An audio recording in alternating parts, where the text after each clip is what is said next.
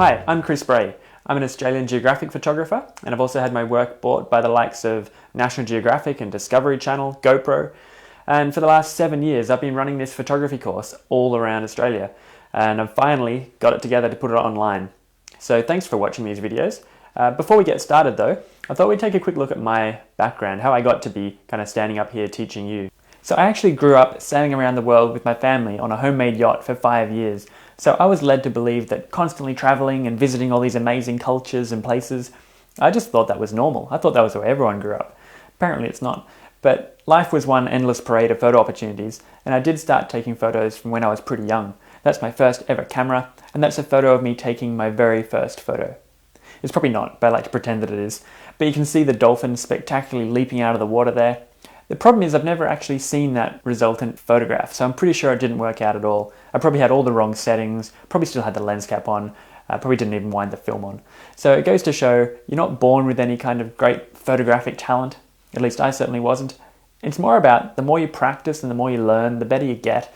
And hopefully courses like this one that you're watching will put you a whole lot further forward in what you can get out of your camera and just get so much more enjoyment from your passion. Now, I was so used to traveling everywhere that when we got home, the novelty of being stuck in the one spot wore off pretty quick, and I found myself doing a lot of active outdoor, hiking and things like that. This photo is from the Overland Track in Tasmania. It's a pretty popular summer trail, but it's a whole lot more fun in the middle of winter when it basically turns into a poor man's Antarctica. But still, my high school buddy and I still came across a few other people, and there was a little bit of rubbish on the track, and we were like, bah, what is this? This is not hiking. Hiking should be proper wilderness stuff where there's no one. So rather innocently, we decided it would be a great idea to try and hike from Port Davey up to Strahan. Now, I don't know how well you know your Tassie geography, but if you did, you'd know that that's a really stupid idea. But we didn't know that. We just thought it'd be great. So there's just a couple of 100 kilometres of World Heritage wilderness. There's not even any hiking trails there. So Australian Geographic gave me just enough money to buy my first real camera. It was still film, but at least it had things in it like a light meter and autofocus and that kind of stuff. And that's what inspired me to go away and read up on photography and dream of one day being an Australian Geographic photographer. So we got out there, and as you can see, it was pretty full on.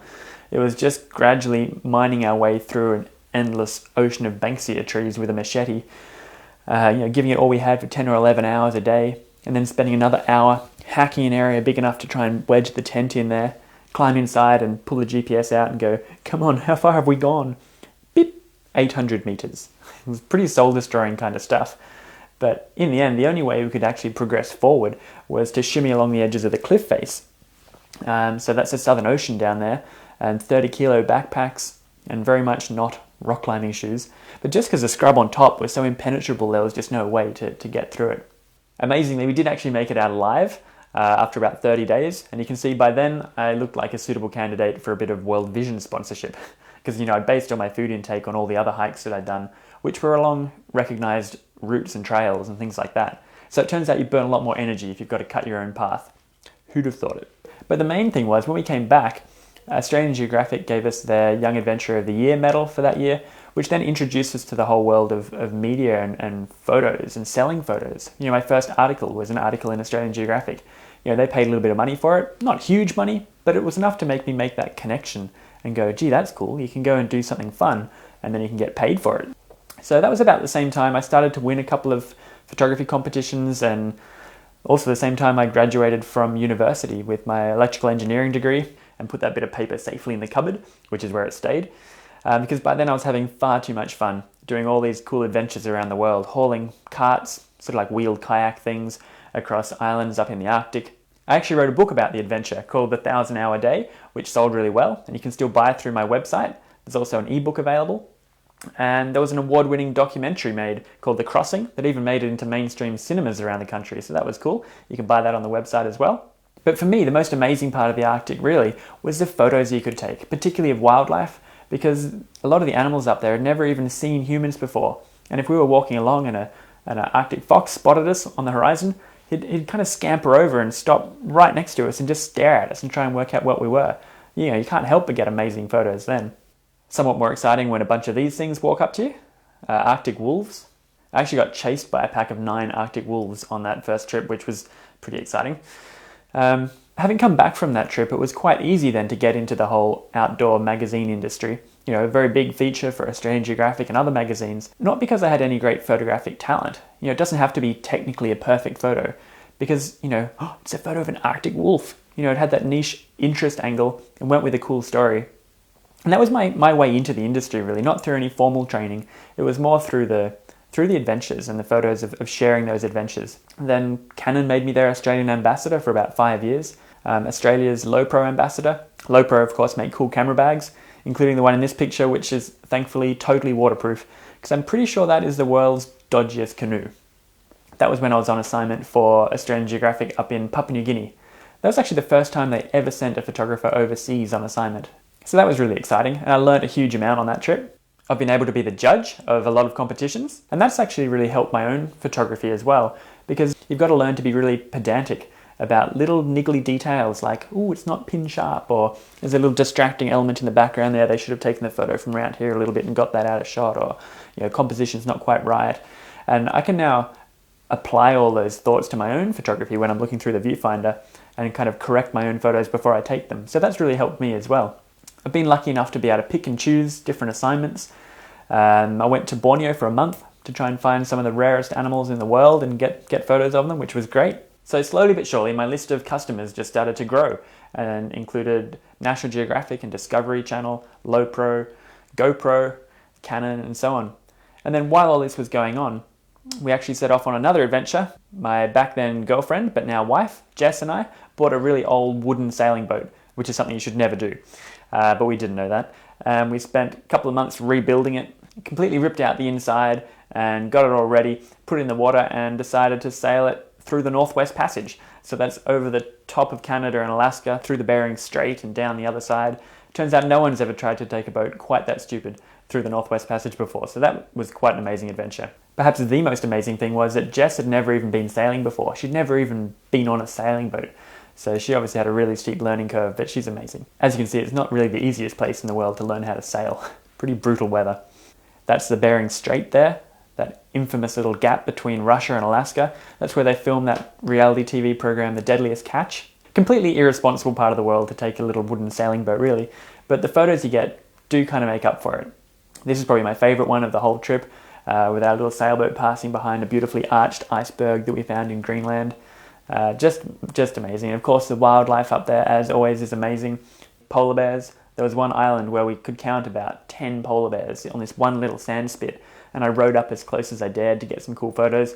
But then I wanted to get some close-up video, so I put a little GoPro camera on a float and tied it to my fishing line, rode up close as I could, and then put it in the water and let it drift in. Kind of hoped a polar bear might walk past. But one actually saw it and came right up to it and went, what are we going to do with this thing? Maybe we'll just chew it to pieces. And I obviously wanted the camera back and I didn't want him to swallow it. So I was there trying to get his attention, distract him in any way I could, shouting and clapping my hands and slapping on the water with the dinghy oars. But finally he saw me and went, oh yes, that looks much more tasty out there. But I managed to get the camera back and get away before we got eaten, so that was good. Further on down the coast of Alaska, we got into this bay where it was just full of brown bears catching salmon. So many bears. They were just so engrossed in catching the salmon that you could just safely sit there and they would come right past, pouncing on fish, sometimes so close you get splashed, and they just couldn't care less about you being there. It was the most incredible photography experience I've ever had. But it was actually back in 2008. I was on a cruise ship heading down to Antarctica as their official photographer, and I just noticed that there were so many guests on board that all had amazing camera gear, but almost no idea how to use them. They were just wasted on auto mode. And I was like, that's such a shame. These people are spending a fortune and going on a once-in-a-lifetime holiday, and they're going to come back with substandard photos. So more just out of boredom than anything else, on the journey south, I decided to make a quick photography course, just a quick crash course. And I presented it to everyone who wasn't seasick at the time, and everyone said, this is fantastic. I love the way you teach. It's really simple and practical. And they then said, when is the next course? When we come back to Australia, when can we book into the next one? And I was just thinking, actually, I haven't got the dates organized yet, but if you'd like to add your email address to the list, I'll let you know as soon as I've got it organized. And so when we got home, that's what I did. I spent the next 3 months designing what I hope would be the ultimate one-day photography course, combining practical elements and theory and holding it in beautiful venues like zoos and botanical gardens and other function centers. And these courses just took off. They're really popular. So we have a course notes booklet, which is like the entire content of the day into one little color booklet that you can keep in your camera bag. And it's designed so that you can reread it, and it should make total sense. You don't need to remember anything that I've said. You don't need to sit there writing everything down. So that's great. And we also have these summary clip cards, just a little plastic set of cards with all the most important stuff from the day boiled down to these couple of little cards. And you might click that onto the neck strap of your camera. And then just whenever you need reference to it, you can be like, oh yeah, which way do you scroll your F number to do what with your depth of field, or why are my photos all blurry? Got a little troubleshooting thing, lighting. It's got all the really important stuff just in these little durable little cards. So you can buy these through my website as well. So the business just grew and grew, and we now have a whole team of people around Australia working for us. And we've just taught this course so many times that I think now is the right time to put it online, because we're actually now far too busy running photography tours. Now, the idea behind these tours is that they're basically just a normal holiday to a normal bucket list destination like Alaska or Antarctica, Kenya, Galapagos, but they're with a really small group of like-minded people. So you're only traveling with about 8 people normally, and we charter our own planes and helicopters and really small expedition cruise ships that can get into the little places where the bigger boats don't go.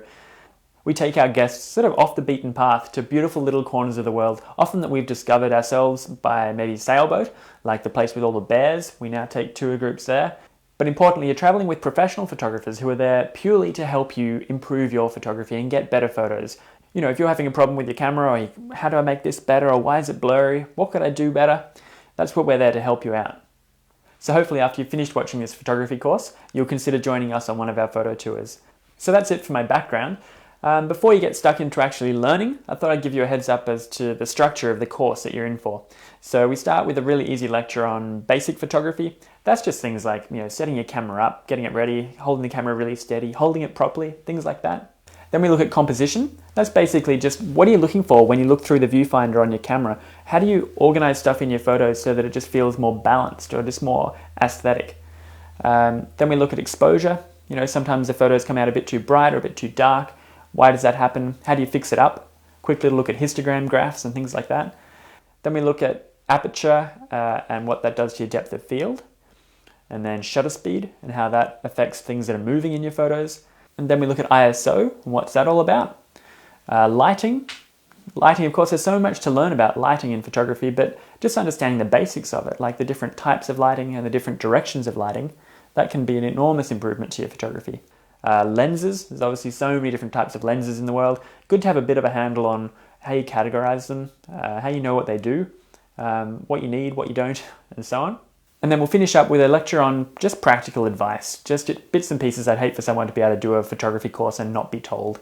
Everything from a little bit on post-production to keeping your camera clean, and where to from here, and that sort of thing. So thanks very much for watching this lecture series, and I hope you enjoy. And again, hopefully one day we'll see you on a photo tour.